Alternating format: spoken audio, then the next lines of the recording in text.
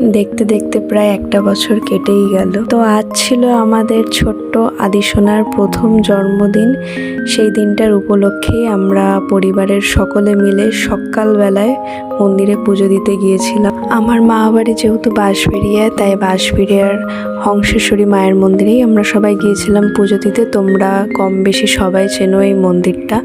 এখানকার মা খুবই জাগ্রত, যে যা কিছু চেয়েছে আজ অবধি মায়ের কাছে সবাই সেটাই পেয়েছে।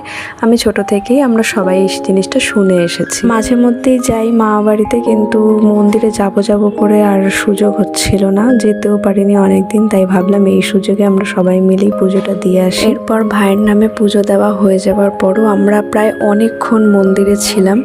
যেহেতু সকালবেলার টাইমটাতেই আমরা গিয়েছিলাম, এত সুন্দর ওয়েদার ছিল, বাড়ি যেতে আমাদের তো ইচ্ছাই করছিল না। যাই হোক, বাকিটা দেখতে পাবে তোমরা নেক্সট মিনি ব্লগে। টাটা।